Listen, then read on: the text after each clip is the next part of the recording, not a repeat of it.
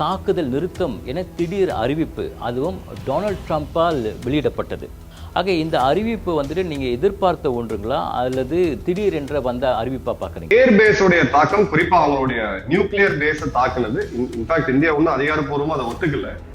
But அதனுடைய செய்திகள், அதனுடைய கிரெடிபிலிட்டி எல்லாமே ஓப்பன் சோர்ஸ்ல இன்னைக்கு அவைலபிளா தான் இருக்கு. அதன் பிறகு அமெரிக்காவுடைய டிபார்ட்மெண்ட் ஆஃப் எனர்ஜி ஒரு ரேடியேஷன் கண்டுபிடிக்கக்கூடிய ஒரு விமானம் பறந்து வந்ததை பார்த்தோம். எஜிப்ட் நாடுல இருந்து ஒரு விமானம் வந்ததை பார்த்தோம். ஸோ எல்லாம் கோரிலேட் பண்ணி பார்க்கும்போது இந்த போர் நிறுத்தத்துக்கு மிக முக்கியமான காரணம் அந்த நியூக்ளியர் பேஸ் மேல நடத்தப்பட்ட தாக்குதல். இந்தியாவுக்கு எதிராக நியூக்ளியர் பிளாக்மெயில், அணு ஆயுத அச்சுறுத்தல வந்துட்டு இனி ஒன்றும் நடக்காது என்று அப்படி சொல்லியிருந்தாருங்க. இதற்கும் நீங்க சொல்ற கருத்துக்கும் இது தொடர்பு இருக்கு. அணு ஆயுதத்தை வைத்து தான் நீங்க உலகத்தை பிளாக்மெயில் செய்றீங்க, குறிப்பா இந்தியாவை பிளாக்மெயில் செய்றீங்க. அந்த அணு ஆயுதத்தை எங்களால தாக்கி அளிக்க முடியும் அப்படின்ற ஒரு மெசேஜை கொடுத்துட்டு அதன் பிறகு அவர் ஒரு பொலிட்டிக்கல் மெசேஜிங் கொடுக்குறாரு. அணு ஆயுதத்தை வைத்து இனிமே பண்ண முடியாது அப்படின்றது நிச்சயமா இந்த பேஸ் பண்ணி தான் பிரதமர் அவர்கள் பேசுறாருன்றது வெளிப்படையாக. இந்தியா வந்துட்டு இந்த அணு ஆயுதம் இருக்கக்கூடிய இடத்தை வந்து இந்த கிரானா ஹில்ங்க அவங்க தாக்கியது வந்துட்டு ஒப்புக்கொள்வாங்க. ஏர் மார்ஷல் பாரதி அவர்கள் அந்த கேள்வியை ஒரு நிருபர் கேட்கும் பொழுது, அப்படியே எங்களுக்கு அணு ஆயுதம் இருக்குன்னு தெரியாது அப்படின்னு சொல்லிட்டு ஒரு சிரிச்சுட்டு போனார். சோ அது சூசகமான ஒரு பதிலா தான் நம்ம வந்து பாக்குறோம். நன்றின்னு சொன்னாருங்க. வாட்டர் ட்ரீட்டி வந்து தொடரக்கூடிய வாய்ப்பு இருக்குங்களா? இப்போ அவங்களுடைய முன்னாள் வெளியுறவுத்துறை அமைச்சர் பிலாவல் பூட்டோ சிந்துல ஒரு கூட்டத்துல பேசும் பொழுது, தண்ணீர் வராவிட்டால் இந்தியர்களுடைய ரத்தம் வரும் அப்படின்னு சொல்லி வீரவசனம் பேசியிருந்தாரு. இப்ப அதற்கு சான்றா பிரதமர் சொல்றது, தண்ணீரும் ரத்தமும் ஒன்றாக ஓட முடியாது. அப்போ இந்த வாட்டர் ட்ரீட்டி அப்படின்றது அபேயன்ஸ்ல வைக்கப்பட்டிருக்கு, நிறுத்தி வைக்கப்பட்டிருக்கு. இந்த சூழ்நிலை நிச்சயமா தொடரும். இந்த போர் வந்துட்டு ஒரு மதச்சாயம் பூசப்பட்ட ஒரு போரா ஆகும்போது இந்த வட்டாரத்திலே கூட மற்ற நாடுகள்லயும் ஒரு குழப்பமும் ஒரு இந்த அமைதி சீர்குலைவு ஏற்படக்கூடிய வாய்ப்பு இருக்குதுங்களா? எக்ஸ்ட்ரீமிசம், இந்த சம்பந்தப்பட்ட ஆன்லைன் ராடிகலைசேஷன் அப்படின்றது நிச்சயமா தென்னாசிய நாடுகள்லயும் மிகப்பெரிய ஒரு தாக்கத்தை ஏற்படுத்தும். ஏன்னா அங்க ஃபால்ட் லைன்ஸ் பெருசா இல்லை, எல்லா மக்களும் ஒரே தாய் மக்களா தான் வாழ்ந்துட்டு இருக்காங்க. ஆனாலும் எல்லா இடத்துலயுமே இந்த ஃப்ரிஞ்ச் எலிமெண்ட்ஸ் இருந்துகிட்டே இருக்கு. வணக்கம் நண்பர்களே. பாகிஸ்தானில் உள்ள தீவிரவாதிகளுக்கு எதிராக இந்தியா மேற்கொண்ட ஆபரேஷன் சிந்தூர் தாக்குதல் இரு நாடுகளுக்கிடையே மிகப்பெரிய போர் பதற்றத்தை ஏற்படுத்தி தற்போது சற்று தணிந்துள்ளது. இருந்தாலும் ஆபரேஷன் சிந்தூர் தற்காலிக நிறுத்தம்தான். பாகிஸ்தான் ஏதேனும் செய்தால் விளைவு படு மோசமாக இருக்கும் என இந்திய பிரதமர் நரேந்திர மோடி எச்சரிக்கை கொடுத்திருக்கின்றார். இனி நடக்கப் போவது என்ன? அது பற்றி பேசுவதற்கு இந்தியாவின் இராணுவ படையைச் சேர்ந்த முன்னாள் அதிகாரி மேஜர் மதன்குமார் நம்மோடு இணைந்திருக்கின்றார். வாருங்கள், அவரை சந்திப்போம். வணக்கங்க மேஜர், உங்களை சந்திப்பதில் மிக்க மகிழ்ச்சிங்க. வணக்கம் Thyaga sir, Jai Hind. Major, April 22 காஷ்மீரில் நடத்தப்பட்ட தீவிரவாத தாக்குதலில் 26 பேர் பலியானார்கள். அதற்கு பதிலடியாக மே 7 பார்த்தீங்கன்னாக்க இந்தியா ஆபரேஷன் சிந்தூர் மேற்கொண்டது. அதில் 100க்கும் மேற்பட்ட தீவிரவாதிகள் கொல்லப்பட்டதாக அறிவிக்கப்பட்டது. பின்னர் இரு நாடுகளும் தீவிர வான் தாக்குதலில் ஈடுபட்டாங்க மே 10. ஆனால் திடீரென்று இந்த சீஸ்ஃபயர் தாக்குதல் நிறுத்தம் என திடீர் அறிவிப்பு, அதுவும் டொனால்ட் ட்ரம்ப்பால் வெளியிடப்பட்டது. அதன் பிறகுதான் இரு நாடுகளும் ஒப்புக்கொண்டு இந்த சீஸ்ஃபயரை அமலுக்கு கொண்டு வந்தார்கள். ஆக இந்த அறிவிப்பு வந்துட்டு நீங்க எதிர்பார்த்த ஒன்றுங்களா அல்லது திடீர் என்ற வந்த அறிவிப்பா பாக்குறீங்களா? இல்ல, இதுக்கு அந்த 11ஆம் தேதி காலை இந்த முக்கியமான ஒரு நிகழ்வு இருக்கு. அது என்னன்னு பாத்தீங்கன்னா, பாகிஸ்தானுடைய அணு ஆயுதங்களை வைத்திருக்கக்கூடிய ராவல்பிண்டி நகரம், அது பக்கத்தில் இருக்க டேரா கான் விமான நிலையம், மிலிட்டரி ஏர்போர்ட், அது இந்தியாவுடைய ஏவுகணை தாக்குதலுக்கு உள்ளாச்சு. அதுல 3 ஏவுகணைகள் யூஸ் பண்ணாங்க. 2 வந்து ரன்வேல, அந்த ரன்வே முற்றிலும் செயலிழந்து போகக்கூடிய அளவுக்கு. 1 வந்து அங்க இருக்கக்கூடிய விமான ஹேங்கர்ல. அதுல ஒரு மிக முக்கியமான அவாக்ஸ் ரக விமானம் மற்றும் அந்த விமானி, அவங்களுடைய குரூ, ஒரு 7 பேர் வரைக்கும் இறந்திருக்கக்கூடிய செய்திகள் பாகிஸ்தான் ஊடகங்கள்ல இப்ப அபிஷியலா வருது. அந்த விமானம் முற்றிலும் சிதைக்கப்பட்டிருக்கு. அதற்கு உண்டான புகைப்படங்கள், சேட்டலைட் இமேஜரிஸ் எல்லாமே கிடைச்சிருக்கு. அதற்கப்புறம் ஒரு ஏவுகணை தாக்குதல் அப்படின்றது அங்க பக்கத்துல இருக்கக்கூடிய கில்லா மலைக்கு கீழே அந்த தளத்தோடைய அணு ஆயுதங்களை வைத்திருக்கக்கூடிய அந்த என்ட்ரி பாயிண்ட்ல ஒரு ஏவுகணை தாக்குதல் நடந்துச்சு. அதுக்கு பிறகுதான் இது எல்லாமே, ஏன்னா அன்னைக்கு காலையில தான் பாகிஸ்தான் தங்கள் தரப்புல ஒரு அரபிய வார்த்தையில ஒரு ஆபரேஷன் ஒன்று லான்ச் பண்ணியிருந்தாங்க. அப்போ ஆபரேஷன் நீங்க இப்போ ரேடியோல சொல்றாங்க அவங்க பிரதமர் அப்படின்னா, அப்போ ஒரு போரை நோக்கி நீங்கள் போகிறீர்கள் என்பதுதான் அது பொருளாகுது. அதன் பிறகு இந்த தாக்குதலுக்கு பிறகு பாகிஸ்தானுடைய ஊடகங்கள் கொஞ்சம் அந்த டோன் மாறுச்சு. பிறகு டிஜிஎம்ஓ பாகிஸ்தான் இந்தியாவுடன் பேச விரும்புகிறார், இந்த பதட்டத்தை தணிக்க விரும்புகிறோம் என்ற செய்திகள் வந்தது. பிறகு நீங்க ட்ரம்போடைய அந்த ட்வீட் பாத்தீங்கன்னா ஒரு 5 மணி வாக்குல வந்து அதன் பிறகு இரு நாடுகளுமே இமிடியேட்டா நாங்க போர் நிறுத்தத்துக்கான அண்டர்ஸ்டாண்டிங் வரோம் அப்படின்னு சொல்லியிருந்தாங்க. சோ அந்த ஏர் பேஸோடைய தாக்கம் குறிப்பா அவங்களுடைய நியூக்ளியர் பேஸ தாக்குனது. இன்ஃபேக்ட் இந்தியா ஒன்றும் அதிகாரப்பூர்வமா அதை ஒத்துக்கல. பட் அதனுடைய செய்திகள், அதனுடைய கிரெடிபிலிட்டி எல்லாமே ஓப்பன் சோர்ஸ்ல இன்னைக்கு அவைலபிளா தான் இருக்கு. அதன் பிறகு அமெரிக்காவுடைய டிபார்ட்மெண்ட் ஆஃப் எனர்ஜி ஒரு ரேடியேஷன் கண்டுபிடிக்கக்கூடிய ஒரு விமானம் பறந்து வந்ததை பார்த்தோம். எஜிப்ட் நாடுல இருந்து ஒரு விமானம் வந்ததை பார்த்தோம். ஸோ எல்லாம் கோரிலேட் பண்ணி பார்க்கும்போது இந்த போர் நிறுத்தத்துக்கு மிக முக்கியமான காரணம் அந்த நியூக்ளியர் பேஸ் மேல நடத்தப்பட்ட தாக்குதல். இதனால தான் இந்த உங்களுடைய பிரதமர் நரேந்திர மோடி அவர்கள் நேற்று வந்துட்டு மக்களுக்கு பொது உரை ஆற்றும் பொழுது ஒரு விஷயத்த சொல்லியிருந்தார். அதாவது இந்தியாவுக்கு எதிராக நியூக்ளியர் பிளாக்மெயில் அணு ஆயுத அச்சுறுத்தல வந்துட்டு இனி ஒன்றும் நடக்காது என்று அப்படி சொல்லியிருந்தாருங்க. இதற்கும் நீங்க சொல்ற கருத்துக்கும் இது தொடர்பு இருக்குங்களா? நிச்சயமா இருக்கு. சரி, நீங்க அணு ஆயுதத்தை வைத்துக் கொண்டிருக்கக்கூடிய நாடு, அந்த நாட்டோடைய பிரதமரை விட அதிகமான பாதுகாப்பு அந்த அணு ஆயுதம் வைத்திருக்கப்படக்கூடிய இடத்துக்கு தான் இருக்கும். Strategic location. இவங்களோட எஸ்பிடி டீம் அங்க இருக்கிறாங்க. இன்ஃபேக்ட் நீங்க அன்னைக்கு நேற்று காலையிலேயே அந்த 11ஆம் தேதி காலையிலேயே national authority commission, NCA national commission of authority, அதாவது அணு ஆயுதத்தை பயன்படுத்தக்கூடிய அதிகாரம் கொண்ட பாகிஸ்தானோட உச்சபட்சமான ஒரு அமைப்பு கூடினதையும் நம்ம பார்த்தோம். இப்போ அணு ஆயுதத்தை வைத்துதான் நீங்க உலகத்தை பிளாக்மெயில் செய்றீங்க, குறிப்பா இந்தியாவை பிளாக்மெயில் செய்றீங்க, அந்த அணு ஆயுதத்தை எங்களால தாக்கி அளிக்க முடியும் அப்படின்ற ஒரு மெசேஜை கொடுத்துட்டு அதன் பிறகு அவர் ஒரு பொலிட்டிக்கல் மெசேஜிங் கொடுக்குறாரு. அணு ஆயுதத்தை வைத்து இனிமே பண்ண முடியாது அப்படின்றது நிச்சயமா இந்த பேஸ் பண்ணி தான் பிரதமர் அவர்கள் பேசுறாருன்றது என்னுடைய கருத்து. ஆனா இது வெளிப்படையாக இந்தியா வந்துட்டு இந்த அணு ஆயுதம் இருக்கக்கூடிய இடத்த வந்து இந்த கிரானா ஹில்ங்க அவங்க தாக்கியது வந்துட்டு ஒப்புக்கொள்வாங்கன்னு நினைக்கிறேன். இல்ல ஓரளவுக்கு வெளிப்படையாக சொல்லாமல் தான் இது நகருங்களா? இல்ல, அவங்க இந்தியா இதை அபிஷியலா கிளைம் பண்ணல. இப்ப டிஃபென்ஸ் அனலிஸ்ட் எங்களுக்கு இதை ஹைலைட் பண்ணி பேசுறோம். இந்தியாவோட அதிகாரப்பூர்வமான எந்த எம்ஏ பிரீஃபிங், நம்மளோட எம்ஓடியோட பிரீஃபிங்ல ஏர் மார்ஷல் பாரதி அவர்கள் அந்த கேள்வியை ஒரு நிருபர் கேட்கும் பொழுது, அப்படியே எங்களுக்கு அணு ஆயுதம் இருக்குன்னு தெரியாது அப்படின்னு சொல்லிட்டு ஒரு சிரிச்சுட்டு போனார். சோ அது சூசகமான ஒரு பதிலா தான் நம்ம வந்து பாக்குறோம். நன்றின்னு வேற சொன்னாருங்க அவரு. ஆமா, சொன்னதுக்கு நன்றின்னு வேற சொன்னாரு. சோ பேசிக்கலா இல்ல பாத்தீங்கன்னா இந்தியா நிச்சயமா அதை கிளைம் பண்ண மாட்டாங்க. அதே மாதிரி பாகிஸ்தானே இதை ஒத்துக்க போகுதுங்க. அங்க இப்ப நீங்க இன்னைக்கு சோசியல் மீடியா யுகத்துல எந்த தாக்குதலையுமே நீங்க மறைக்கவே முடியாது. அது அவருடைய வீடியோஸ் தெளிவா ரொம்ப வந்திருக்குது. சேட்டலைட் இமேஜரிஸ், வெஸ்டர்ன் மீடியா, இதோட சேட்டலைட் இமேஜரி எக்ஸ்பர்ட்ஸ் எல்லாமே ரொம்ப தெளிவா சொல்லியிருக்கிறாங்க இந்த இடத்துல குண்டு விழுந்திருக்கு அப்படின்ட்டு. இன்ஃபேக்ட் இது 2021 இதோடைய பங்கர்ஸ் அவங்க அந்த அண்டர் கிரவுண்ட் ஃபெசிலிட்டியை கட்டும் பொழுது அதற்குண்டான புகைப்படங்களுமே கிடைச்சது. அப்பவே செய்திகள் வந்தது, பாகிஸ்தான் இங்க தான் அணு ஆயுதத்தை வைக்க போறாங்க அப்படின்ட்டு. இப்ப எனக்கு கிடைக்கக்கூடிய செய்திகள் படி இவங்களோட ராணுவ தலைமையகத்தையே ராவல்பிண்டில இருந்து மாத்தி பலுச்சிஸ்தான் பக்கம் எங்கேயாவது கொண்டு போகணும் அப்படின்ற ஒரு முடிவுக்கு பாகிஸ்தான் வந்திருக்கிறதா நான் கேள்விப்படும். ஒன்னும் செய்திகள் உறுதிப்படுத்தப்படல. நிச்சயமா அந்த தாக்குதலை இரு நாடுகளும் கிளைம் பண்ண மாட்டாங்க. இதற்கு மேல வந்துட்டு பாகிஸ்தானுடைய அணுகுமுறை எப்படி இருக்குன்னு நினைக்கிறீங்க? ஏன்னா நேற்று உங்களுடைய பிரதமர் நரேந்திர மோடி வந்து மிகப்பெரிய எச்சரிக்கை கொடுத்திருக்கிறாரு. அதாவது இது வந்து தற்காலிக நிறுத்தம் தான், நீங்கள் ஏதாவது செய்தால் நிச்சயமாக அதற்கு தக்க பதிலடி கொடுக்கப்படும் என்று மறுபடியும் அவர் வந்துட்டு எச்சரிக்கை கொடுத்திருக்கிறார். ஆக இதற்கு பிறகு பாகிஸ்தானுடைய அணுகுமுறையில மாற்றம் இருக்குன்னு எதிர்பார்க்கறீங்களா? இல்ல, எனக்கு இது ஒரு அனலிஸ்டா நான் உங்களுக்கு சொல்றேன், நிச்சயமா பெரிய மாற்றங்கள் இருக்காது.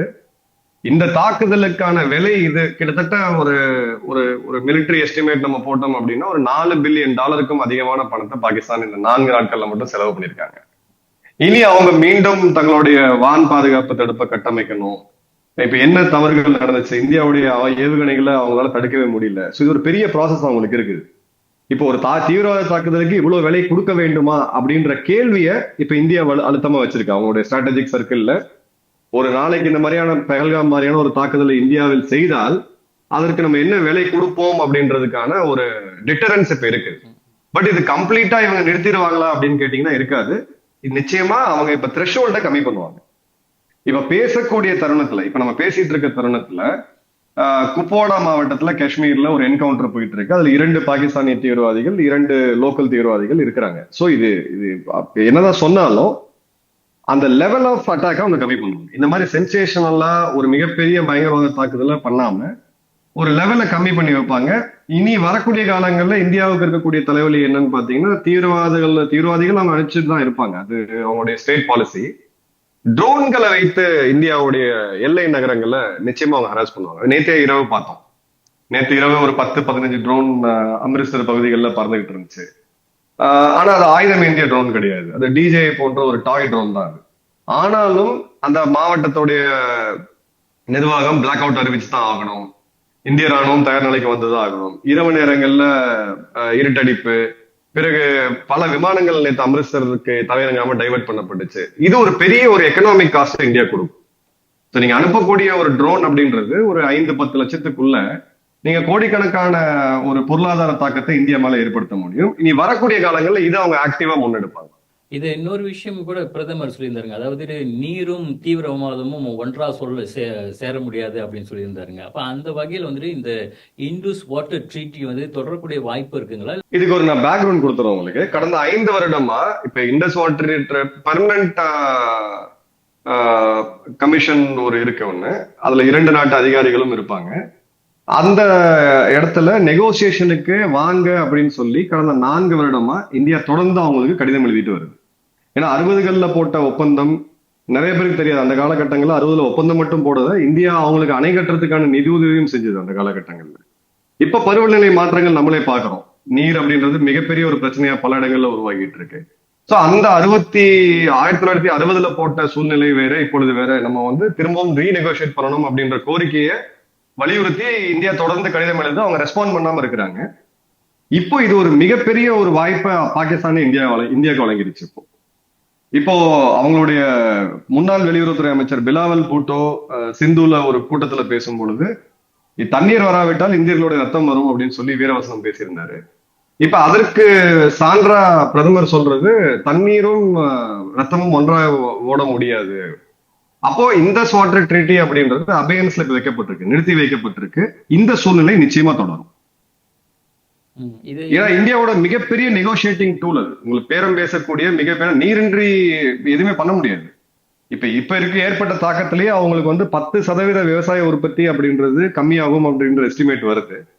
ஒரு இந்த மோசமான பொருளாதார நிலையில இருக்கக்கூடிய அந்த நாட்டுக்கு 10% அப்படின்றது மிகப்பெரிய தாக்கத்தை ஏற்படுத்தும். அதே மாதிரி அங்க 2 முக்கியமான அணைகளை கட்டுறதுக்கான வேலையும் இந்தியா ஏற்கனவே துவங்கிட்டாங்க. அந்த வேலைக்கு இப்ப எதுவுமே பாத்தீங்கன்னா இந்த மாதிரியான வேலை மினிஸ்ட்ரி ஆஃப் வாட்டர் அவங்க கீழே தான் வரும். ஆனா இந்த 2 அணைகளுமே ஸ்ட்ராட்டஜிக் ப்ராஜெக்ட்ஸ் சொல்லி டைரக்டா பிரதமர் அலுவலகத்துக்கு கீழே பிஎம்ஓ ஆபீஸ் கீழே வருது. தனித்து அதுக்காக ஆபீசர்ஸ் அப்பாயின்ட் பண்ணப்பட்டிருக்காங்க. சோ நிச்சயமா வரக்கூடிய காலங்கள்ல சிந்து இண்டஸ் வாட்டர் ட்ரீட்டி அப்படின்றது பாகிஸ்தானுக்கு ஒரு மிகப்பெரிய தலைவலியா தான் இருக்கும். ஆனா இது வந்துட்டு இந்த நீரை நிறுத்தினாக்கா இது வந்துட்டு ஆக்ட் ஆஃப் வா அப்படின்றது பாகிஸ்தான் தரப்புல சொல்லப்பட்டிருக்கு பாருங்க. ஆக இதன் பிறகு இதனாலேயே கூட இன்னொரு போர் வர்றதுக்கோ இல்ல அங்க மோதல் வருவதற்கான வாய்ப்பு இருக்குங்களா? இல்ல, போர் வர இப்ப ஆக்ட் ஆஃப் வார் அப்படின்ற போது அந்த த்ரெஷோல்டுக்கு இந்தியா போவாது. முழுவதும் நிறுத்தக்கூடிய அளவுக்கு இந்தியாட்ட அணைகளும் இல்லை, அது வேற விஷயம். இப்போ அந்த நீங்க எப்படி பார்க்கணும் அப்படின்னா, உங்களுக்கு விவசாயத்துக்கு மிக முக்கியமான, அதாவது பாசன விவசாயம் சொல்லுவாங்க, ஆற்று பாசனம் இருக்கக்கூடிய விவசாயிகளுக்கு டேம் என்னைக்கு திறக்குதுன்ற பொறுத்துதான் நீங்க விதை விதைக்கிறதுல இருந்து எல்லாத்தையுமே நீங்க பண்ணுவீங்க. இப்ப தண்ணீரோடைய டேட்டாவை இந்தியா கொடுக்க மாட்டாங்க. இதுக்கு முன்னாடி நம்ம கொடுத்துக்கிட்டு இருந்தோம், இந்த தேதிக்கு டேம் திறக்கப்படும், இத்தனை கியூசெக்ஸ் தண்ணீர் திறக்கின்றோட அதை வைத்து அங்க இருக்கக்கூடிய மாவட்ட நிர்வாகம் மற்றும் விவசாயிகள் எல்லாமே அதை பிளான் பண்ணுவாங்க. இன்னைக்கு இந்தியா 2 விதமா ஆக்ட் பண்றாங்க. ஒண்ணு, அந்த டேட்டாவை கொடுக்கல, அதை கொடுக்கறத இந்தியா நிறுத்திடுச்சு. 2வது, ஒண்ணு ஒரே நேரத்தில் தண்ணீர் திறந்து விடப்படுது, இல்ல ஒரு 7 நாட்கள் தண்ணீர் திறந்து விடப்படல, திரும்ப தண்ணீர் திறந்து விடப்படுது. இப்ப இதுல என்ன ஆகும் அப்படின்னு பாத்தீங்கன்னா, உங்களுடைய டாப் சாயில் தான் உங்களுடைய விவசாயத்துக்கு மிக முக்கியமானது. மேல் மண் தான் உங்களோட உரம் மிக்க, அதுல இருக்கக்கூடிய மண் சத்து தான் உங்களுக்கு விவசாயத்துக்கு ஏற்படுது. டாப் சாயில் வாஷ் அவுட் ஆயிருச்சு அப்படின்ற பட்சத்துல உங்களுடைய உரச்செலவுகளும் அதிகம். ரொம்ப காம்ப்ளெக்ஸான ஒரு இது. நீங்க முழுவதும் தடுத்தா அது ஆக்ட் ஆஃப் வார். நான் தடுக்கல, உங்களுக்கு கொடுக்க வேண்டிய தண்ணீரை நான் கொடுத்துட்டு தான் இருக்கிறேன். ஆனா அது ஒரே சீரா வராது. தேவைக்கு அதிகமா வரும், தேவைப்படும் போது வராது. ஸோ இந்த மாதிரி ஆன் ஆஃப் பண்ணும்போது பாகிஸ்தானால ஆக்ட் ஆஃப் வார் அப்படின்ற நிலைமைக்கு எடுத்துட்டு போக முடியாது. நாளைக்கு முழுவதும் அணைகளை கட்டி தண்ணீரை மாற்றி விட்டா அது நீங்க சொல்லக்கூடிய அந்த பாயிண்ட்டுக்கு வரும்போது, இப்பவே தண்ணீர் எடுத்த போது அவங்க இதை காரணமா வைத்து எந்த ஒரு தாக்கத்திலையுமே சொல்லலையே. சிந்துல நீங்க தண்ணீர் எடுத்துட்டீங்க, ஜீலம்ல நீங்க தண்ணீர் எடுத்துட்டீங்க, செனாப்ல தண்ணீர் எடுத்துட்டீங்க, அதனால நாங்க உங்க மேல போர் தொடுக்கிறோம் அப்படின்ற ஒரு ஸ்டாண்ட அவங்க எங்கேயுமே வைக்கல. சோ அந்த த்ரெஷோல்ட்ல தான் இந்தியாவும் தன்னுடைய அந்த ராஜாங்க ரீதியான விளையாட்டை பாகிஸ்தான் கூட செய்வாங்க. விஜய், இந்த ஆபரேஷன் சிந்தூர்ல வந்துட்டு மற்ற நாடுகளுடைய நிலைப்பாட்டை நீங்க எப்படி பாக்குறீங்க? குறிப்பா நீங்க பாத்தீங்கன்னாக்கா பல நாடுகள் வந்துட்டு நாங்கள் தீவிரவாதத்துக்கு எதிரானவர்கள், தீவிரவாதம் எங்கிருந்தாலும் சென்று அழிக்க வேண்டும் என்றெல்லாம் கூக்குரல் போடுகிறார்கள். ஆனால் இந்த ஆபரேஷன் சிந்தூர் வந்துட்டு இந்தியா சொன்னது நாங்கள் தீவிரவாதிகளை மட்டும்தான் குறிவைத்து தாக்குகிறோம் என்று சொன்னது. அப்படி அந்த நடவடிக்கையை மேற்கொண்ட போது மற்ற நாடுகள் வந்துட்டு வெளிப்படையாக வந்து தங்களுடைய ஆதரவை இந்தியாவுக்கு தெரிவிக்கல. குறிப்பா அமெரிக்கா, சீனா போன்ற நாடுகள்ல எதுவுமே வந்து தெரிவிக்கல. இதை நீங்க எப்படி பாக்குறீங்க? இல்ல, இப்போ இந்தியாவுக்கு ரெண்டு விதமான இது இருக்கு. அதாவது இதை நீங்க ரெஃபரன்ஸ் பாயிண்ட், நான் இதோட ரெஃபரன்ஸ் பாயிண்ட் எங்க வச்சு பார்ப்பேன் அப்படின்னா, இருக்கிறதுலே ஒரு மோசமான பயங்கரவாத தாக்குதல் 26 நவம்பர் 2008 மும்பைல நடந்த தாக்குதல். இந்தியாவோட வர்த்தக நகரம் 3 நாட்கள் முடங்கி போய் ஸ்டாக் எக்ஸ்சேஞ்சை மூடக்கூடிய அளவுக்கு ஒரு மோசமான தாக்குதல். 127 பேருக்கு அதிகமான மக்கள் உயிரிழந்தாங்க, அப்பாவி மக்கள், பாதுகாப்பு படையினர். அப்போ இருந்த உலக நாடுகளுடைய நிலைக்கும் இப்ப இருக்கிறதுக்கும் பாத்தீங்கன்னா மிகப்பெரிய மாற்றம் தெரியுது. இப்ப அமெரிக்கா ஒரு பக்கம் இரு நாடுகளும் பேசி தீர்த்துக்கணும் அப்படின்னு சொன்னாலும், அமெரிக்காவுடைய டைரக்டர் ஆஃப் இன்டெலிஜென்ஸ் துல்சி கபாட் அவர்களுடைய நீங்க பதிவை பார்த்திருக்கலாம், இல்ல நீங்க காஷ் பட்டேல் FBI சீஃபோட பதிவை பார்த்திருக்கலாம். ரெண்டு பேருமே ட்ரம்ப் அவர்களுக்கு ரொம்ப முக்கியமானவங்க. அவங்களுடைய அபிஷியல் பொசிஷன்ல இருந்து அவங்க பேசுறாங்க, தீவிரவாதிகளை வேட்டையாடுவதற்கு எல்லா விதமான உதவிகளையும் அமெரிக்கா செய்யும். ஆனா அமெரிக்காவுடைய துணை அதிபர் பேசும்போது ஒரு பாயிண்ட்ல எங்களுக்கு அதுக்கு சம்பந்தம் கிடையாது, we don't have any business to do அப்படின்னாரு. சோ இவங்க முழு ஆதரவு. ஒரு பக்கம் பாத்தீங்கன்னா போன முறையில கடும் அழுத்தம் இருந்தது. பாலகோட் தாக்குதல் அப்ப இதே மாதிரியான ஒரு மிசைல் ஸ்ட்ரைக்கை இந்தியா செய்யணும். அந்த காலகட்டங்கள்ல அந்த செய்திகளை நான் ஓப்பனா பேச முடியாத ஒரு சூழ்நிலை இருந்தது. இவருக்கு அது கடந்த பிறகு பிரதமர் அவர்களே பேசும்போது அதை நம்ம டீக்ளாசிஃபை பண்ணோம். அப்பவுமே இந்த மாதிரியான ஏவுகணைகளை இந்தியா அவங்களுடைய நகரங்கள் மீது குறிவைத்து வைத்திருந்தது. குறிப்பாக விங் கமாண்டர் அபிநந்தன் அவர்களை இன்னைக்கு இரவுக்குள்ள விடுவிக்கா விட்டால் அப்படின்ற ஒரு அழுத்தத்தை கொடுத்திருந்தது. அப்போ இவருடைய ட்ரம்போடைய தலையீடு நேரடியா இருந்தது. இம்ரான் கான் அவர்கள்ட்டையும் பேசினாரு, பிரதமர் மோடி அவர்கள்ட்டையும் பேசினாரு. பிறகு அந்த பிரச்சனை சால்வ் ஆகுது. இந்த முறை அந்த நிலையை அமெரிக்கா எடுக்கல. இது அணு ஆயுதம் கசிவு அப்படின்னு போகும்போதுதான் அவங்க உள்ள வராங்க. ஐரோப்பிய நாடுகள் அத வெளியுறவுத்துறை அமைச்சர் பல முறை சொல்லியிருக்கிறாரு, மலேசியா அதிபர் கூட இருக்கும்போது கூட சொல்லியிருக்கிறாரு, Europe's problem is world's problem, but world's problem is not Europe problem அப்படின்ட்டு. சோ அந்த நிலையில தான் அவங்களும் இருக்கிறாங்க. அதே நிலையில தான் இப்ப இந்தியாவும் எடுப்பாங்க. நாளைக்கு உங்க நாட்டுக்குள்ள ஒரு தாக்குதல் நடக்குது அப்படின்ற போது இந்தியா ஒரு கண்டனம் தெரிவிச்சு ஒரு அறிக்கையை விடுவாங்களே தவிர, அதை தாண்டி உங்க கூட நாங்க சாலிடாரிட்டியா நிக்கிறேன், உங்க பிரச்சனை உலக பிரச்சனையா இருக்கும்போது உலகத்தோட பிரச்சனை உங்க பிரச்சனை தான் இருந்தாகணும். சோ அந்த ஸ்டாண்ட்ல ஐரோப்பிய உடைய அந்த நாடுகள் நம்ம பார்க்கப்படுது. சீனாவை பொறுத்த வரைக்கும் இது ஒரு இந்தியாவுடைய ஒரு ராஜதந்திர ஒரு வெற்றின்னு தான் சொல்லுவேன். ஏன்னா அவங்க எங்கேயுமே பாகிஸ்தானுக்கு நேரடியான ஆதரவை கொடுக்கல. தீவிரவாதிகள் என்ன any form terrorism any form has to be dealt with அப்படின்னு தான் அவங்களுடைய இது வந்துச்சு. அந்த கண்டனமும் அவங்க தெரிவிச்சிருந்தாங்க. ஓவராலா பாத்தீங்கன்னா 2008 விட இந்த முறை அப்படின்றது உலக நாடுகளுடைய அந்த கருத்து அப்படின்றது மாறி இருக்கு. அதே சமயம் எல்லா காலகட்டங்களிலுமே இந்த இடத்துல கூட நிற்கக்கூடிய நாடு அப்படின்றது இஸ்ரேல். அவங்க இந்த இடத்துலயும் ரொம்ப தெளிவா சொல்லியிருக்கிறாங்க. இஸ்ரேலும் இந்தியாவும் சேர்ந்து உலகத்துல இருக்கக்கூடிய பயங்கரவாதத்துக்கு எதிராக ஒரு கூட்டமைப்பை உருவாக்கக்கூடிய ஒரு இனிஷியேட்டிவ் இப்ப எடுத்திருக்காங்க. இன்னொரு வகையில பார்க்கும்போதுங்க மேஜர், இந்த இந்தியா பாகிஸ்தான் மோதல் வந்து இந்த வட்டாரத்துல இருக்கக்கூடிய அமைதியை சீர்குலைக்கக்கூடிய வாய்ப்பு இருக்கு. குறிப்பா காரணம் என்ன பாத்தீங்கன்னாக்கா, இது வந்துட்டு ஒரு மதவாத போரா கொண்டுட்டு போய் சேர்க்கக்கூடிய நிலையில வந்துட்டு பல பேர் வந்துட்டு முன்னெடுக்கிறாங்க இந்த பிரச்சனையை.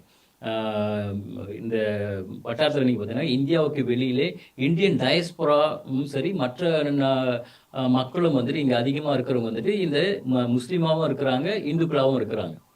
அப்படி பார்க்கும்போது இந்த போர் வந்துட்டு ஒரு மதச்சாயம் பூசப்பட்ட ஒரு போரா ஆகும்போது இந்த வட்டாரத்திலே கூட மற்ற நாடுகள்லயும் ஒரு குழப்பமும் ஒரு இந்த அமைதி சீர்குலைவு ஏற்படக்கூடிய வாய்ப்பு இருக்குதுங்களா? நிச்சயமா அது ஏற்கனவே நடந்துகிட்டு இருக்கு. என்னோட அமெரிக்கா மலேசியா நண்பர்கள் சில பேர் பேசும்போது கூட அதை பத்தி நான் பேசிட்டு தான் இருந்தேன். இப்ப எங்க நடக்குது அப்படின்றத பாருங்க. இந்த சீக்வன்ஸ் ஆஃப் ஈவென்ட்ஸ் பாத்தீங்கன்னா உங்களுக்கு புரியும். மதத்தை முன்னிறுத்தி அவங்களுடைய ராணுவத்துடைய பிரஸ் கான்ஃபரன்ஸ்ல we are guided by ஜிகாத் அப்படின்ற வார்த்தையை சொல்றாங்க. எங்களை வந்து வழிநடத்துவதே ஜிகாத் அப்படின்றதுதான் அவங்களுடைய நிலையா இருக்கு. அந்த ஆபரேஷனுக்கு வைக்கப்பட்ட பேருமே ஒரு மதம் சம்பந்தப்பட்ட ஒரு பேரா தான் அவங்க வைக்கிறாங்க. அது ஒரு மதத்தோடைய ஒரு ஒரு யுத்தமா அப்படிதான் அவங்க அந்த அந்த பொலிட்டிக்கல் மூவ் சரி ஸ்ட்ராட்டஜிக்கலா அவங்க அதை அப்படிதான் கொண்டு போறாங்க.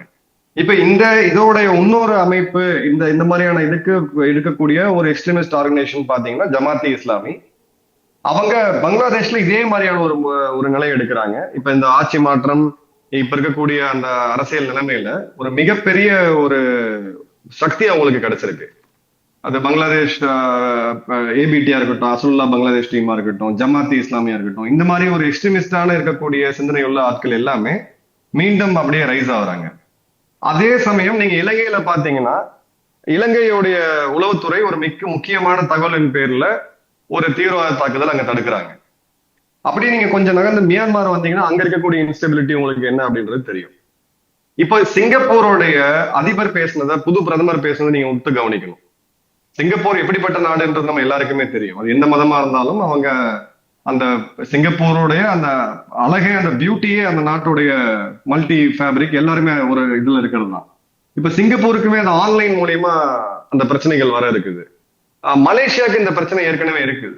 அது கொஞ்சம் கொஞ்சமா அந்த சைகைகள் தெரிய ஆரம்பிக்குது. இந்திய அளவுக்கு மோசமா இல்லாம இருந்தாலும் கொஞ்சம் கொஞ்சமா இன்னைக்கு இணையதளம் மூலியமா அந்த எக்ஸ்ட்ரீமிஸ்ட் மென்டாலிட்டியில சிங்கப்பூரை சேர்ந்த ஒரு சிறுமி அவர்களை வந்து நேஷனல் செக்யூரிட்டியில டிடென்ஷன் பண்றக்கூடிய அளவுக்கு நான் ஐஎஸ்ஐஎஸ்ல போய் சேருவேன் அப்படின்னு சொல்லக்கூடிய அளவுக்கான இப்போ அந்த அந்த எக்ஸ்ட்ரீமிசம் இந்த சம்பந்தப்பட்ட ஆன்லைன் ராடிகலைசேஷன் அப்படின்றது நிச்சயமா தென்னாசிய நாடுகள்லயும் மிகப்பெரிய ஒரு தாக்கத்தை ஏற்படுத்தும். ஏன்னா அங்க ஃபால்ட் லைன்ஸ் பெருசா இல்லை, எல்லா மக்களும் ஒரே ஒரே தாய் மக்களா தான் வாழ்ந்துகிட்டு இருக்காங்க. ஆனாலும் எல்லா இடத்துலயுமே இந்த ஃப்ரிஞ்ச் எலிமெண்ட்ஸ் இருந்துகிட்டே இருக்கு. இது அவங்களுக்கு ஒரு பெரிய ஒரு ஒரு ஆக்டிவிட்டியை கொடுத்தோம்.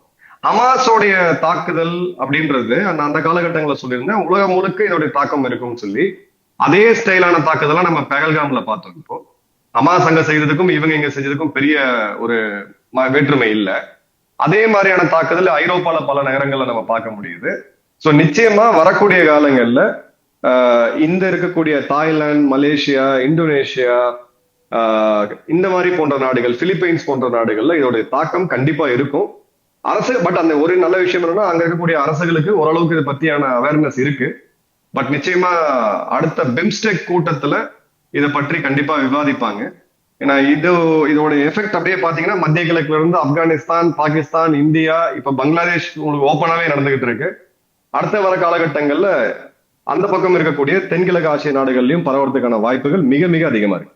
இன்னொரு விஷயம் நம்ம கவனித்தோம், அங்கே இந்தியாவில் வந்துட்டு பிரபல முஸ்லீம் தலைவர் அசதுடீன் ஒவைசி வந்துட்டு பாகிஸ்தான் இந்தியாவை பிரிக்க வந்துட்டு எப்பொழுதுமே இந்த மதத்தை முன்னிறுத்துகிறது, இதை வைத்து தான் இந்தியாவில் இருக்கக்கூடிய முஸ்லீம்களையும் இந்துக்களையும் பிரிக்க பார்க்கறது. ஆகையால் இந்த சீஸ்வாயர் இருந்தாலும் கூட தீவிரவாதிகளை விடாம போய் ஒழிக்கணும் அப்படின்னு சொல்லிட்டு அவர் சொல்லியிருக்காருங்க.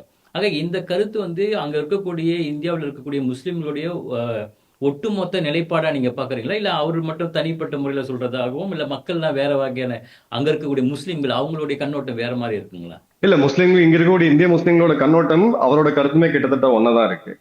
அவங்க அவங்க வேலையை பாக்குறாங்க, அமைதியா எல்லாம் அவங்க தொழில் இருக்கு, நம்ம அன்றாட வாழ்க்கையை வாழ்றோம். நிச்சயமா இந்த தாக்குதலுக்கு எல்லா நாடுமே எல்லா இடத்துலயுமே அந்த 1% ஃப்ரிஞ்ச் எலிமெண்ட்ஸ் இருக்கதான் செய்வாங்க. இதுக்கு ஆதரவு கொடுக்கக்கூடியவங்களும் இருக்கிறாங்க, அது வேற விஷயம். 1%க்கும் கீழே தான்.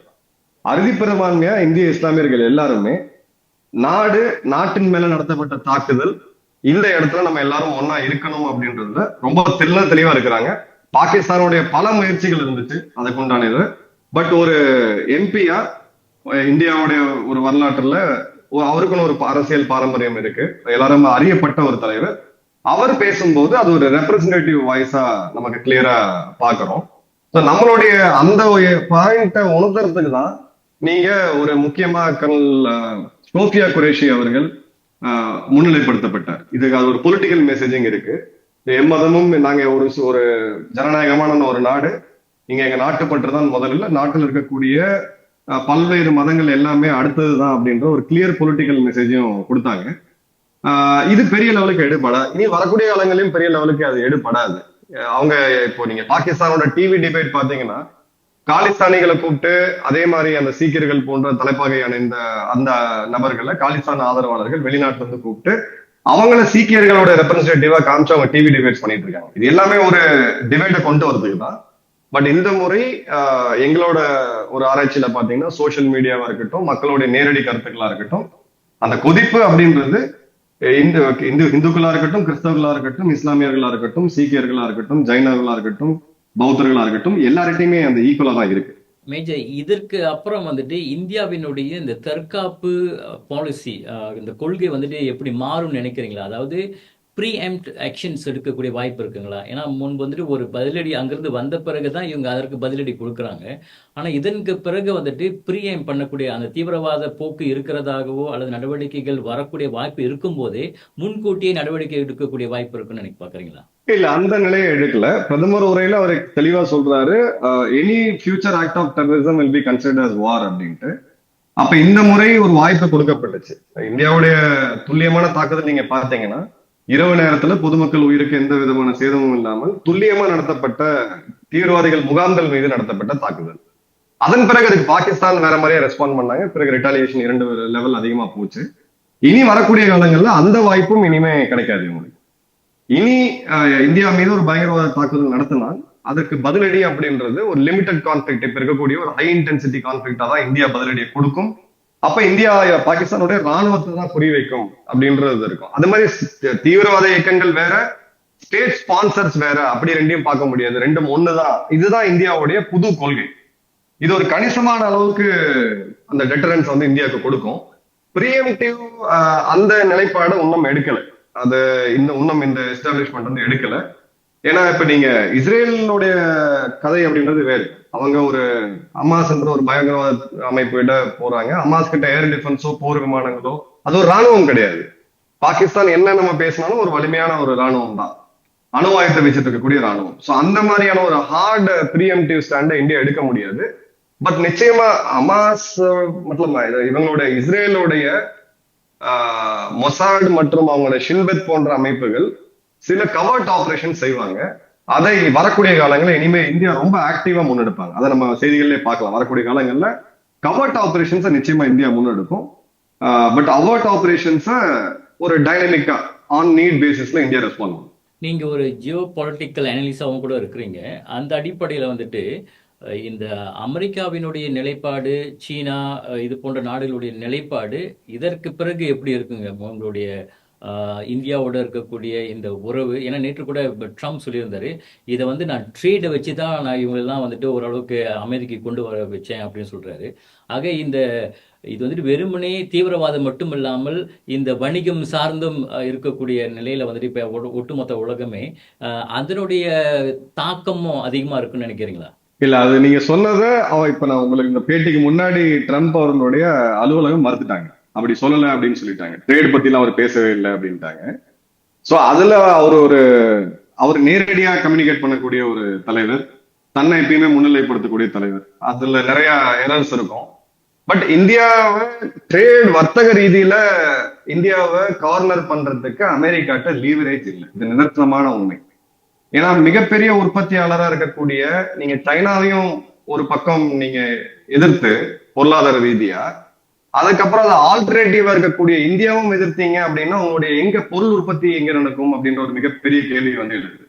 சோ அமெரிக்காவுக்கு இப்ப லீவரேஜ் இல்லை. இப்ப நீங்க பேசக்கூடிய தருணத்துல 2 நடந்திருக்கு. அமெரிக்காவுடைய அதிபர் அலுவலகம் சொல்றாங்க, இல்ல அது தப்பா கோட் பண்ணிட்டாங்க, அது மாதிரி சொல்லல, வர்த்தகத்தை பத்தி எல்லாம் அவர் பேசலன்ட்டு. 2வது, இந்தியா இப்ப ரிட்டாலியேட்டரி ட்ரேட் டாரிஃப் அறிவிச்சிருக்காங்க சில முக்கியமான இடங்கள்ல அமெரிக்காவுக்கு. 3வது, பாகிஸ்தான் இருந்து அமெரிக்கா என்ன இறக்குமதி செய்யும் அப்படின்றது மிகப்பெரிய ஒரு கேள்வி எழுது. அந்த நாட்டுல உற்பத்தி அப்படின்றது ஜவுளித்துறை மற்றும் ஓரளவுக்கு அந்த ஜூட் சம்பந்தப்பட்டது தவிர வேற எதுவுமே கிடையாது அந்த நாட்டுல. சோ அதுல ஒரு பெரிய மாற்றம் வரும் அப்படின்றத நான் நிச்சயமா எதிர்பார்க்கல.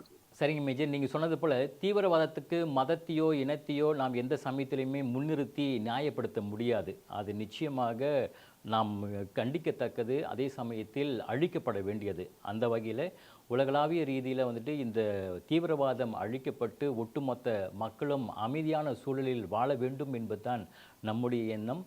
அந்த அடிப்படையில் அங்கே இருக்கக்கூடிய பாகிஸ்தானுக்கும் இந்தியாவுக்கும் கூட இந்த அமைதி ஏதாவது ஒரு வகையில் திரும்பும் என்று நாங்கள் நம்புகின்றோம். அந்த வகையில் இதுவரையில் இங்கு வந்துட்டு வணக்கம் மலேசிய அன்பர்களுக்காக பல்வேறு தகவல்களை பகிர்ந்து கொண்டதற்கு எங்களுடைய மனமார்ந்த நன்றியை தெரிவித்துக் கொள்கின்றேன். மீண்டும் சந்திப்போங்க மேஜர். வணக்கம். வணக்கம் மலேசியா நண்பர்களுக்கு என்னுடைய அன்பான வாழ்த்துக்கள். உலகம் அமைதியா இருக்கக்கூடிய நிலைமையை நாங்களும் வேண்டுறோம். எல்லாரும் நல்லபடியா இருக்கணும். மீண்டும் சந்திப்போம். நன்றி, வாழ்த்துக்கள். நன்றி.